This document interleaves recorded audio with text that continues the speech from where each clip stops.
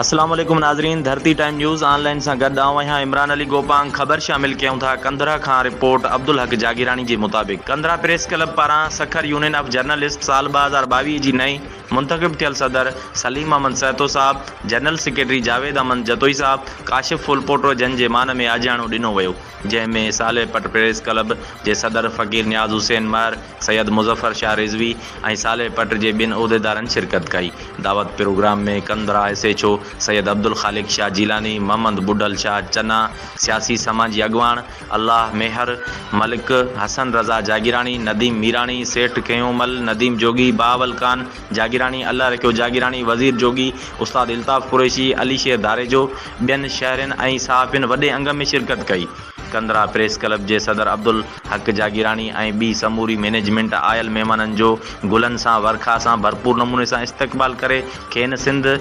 जे सकाफ़त अजरक जा तोहफ़ा पेश कया हुआ। उन मौक़े ते सदर सलीम सहतो ऐं जावेद अहमद जतोई चयो त कलम ज़रिए मज़लूम बेपहुच आवाम जो आवाज़ बणिजी आला ऐवाननि ताईं पहुचाइण में पंहिंजो हक़ीक़ी किरदारु अदा करियो। ख़बर जी तस्दीक करे पोइ हलायो ऐं असां अवां कलम जा मज़दूर आहियूं, कलम जो पोरियो करण वारा आहियूं। वधीक हुन चयो त असां ख़ुशकिस्मत आहियूं जो